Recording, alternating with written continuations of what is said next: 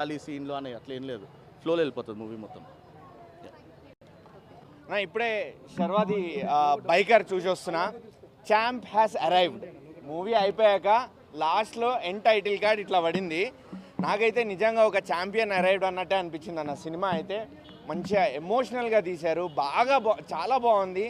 ఆడియన్స్కి కనెక్టివిటీ ఉండేలాగా, ఎక్కడ ఆఫ్ ట్రాక్ అవ్వకుండా, కమర్షియాలిటీకి ఇంపార్టెన్స్ ఇవ్వకుండా, స్పోర్ట్స్ డ్రామా అంటే స్పోర్ట్స్ డ్రామాకే లిమిట్ అయ్యి చాలా బ్యూటిఫుల్గా తీశారు. చాలా రోజుల తర్వాత మన టాలీవుడ్కి ఒక మంచి స్పోర్ట్స్ డ్రామా ఫిలిం వచ్చింది.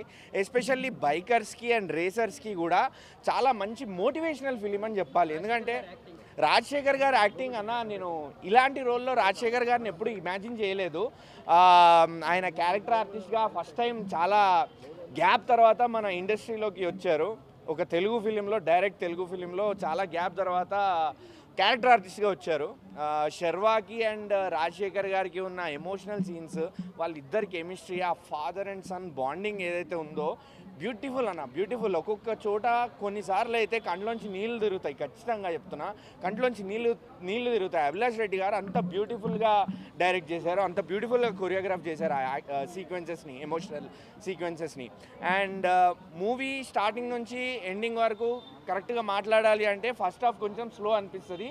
బికాస్ శర్వా ఇంతకుముందు లైఫ్ ఏంటి, ఇప్పుడు ఏం లైఫ్ లీడ్ చేస్తున్నాడు, ఆ బైకర్ లైఫ్ అనేది, రేసర్ లైఫ్ అనేది ఎందుకు వదిలేశాడు, కొంచెం స్టోరీలోకి వెళ్ళడానికి టైం తీసుకుంటాడు. ఆబ్వియస్లీ కూడా ఏ డైరెక్టర్ అయినా, ఏ సినిమా అయినా స్టోరీలోకి వెళ్ళడానికి టైం తీసుకుంటారు కాబట్టి ఆ నరేషన్ అనేది స్లో అనిపిస్తుంది. బట్ లాగ్ అని చెప్పను నేను.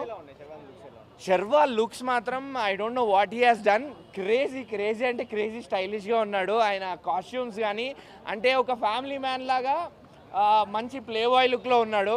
మళ్ళీ back to racer, back to workout అవన్నీ వచ్చేసాక మంచి రగడ్ లుక్లో, మంచి స్టైలిష్గా, ఒక జిమ్ ఫ్రీక్ లాగా చాలా బ్యూటిఫుల్గా ట్యూన్ అయ్యాడు బాడీ మాత్రం. అండ్ యాక్టింగ్ కూడా ఇంకా శర్వా గురించి మనం చెప్పక్కర్లేదు. రాజశేఖర్ గారి రోల్ ఫుల్ అండ్ ఫుల్ ఉంది. అవుట్ అండ్ అవుట్ ఎక్కడ చిన్న సైడ్ ట్రాక్ అవ్వకుండా ప్యూర్లీ రాజశేఖర్ గారి ఫాదర్ క్యారెక్టరైజేషన్ మీద బేస్ అయి ఉంటుంది.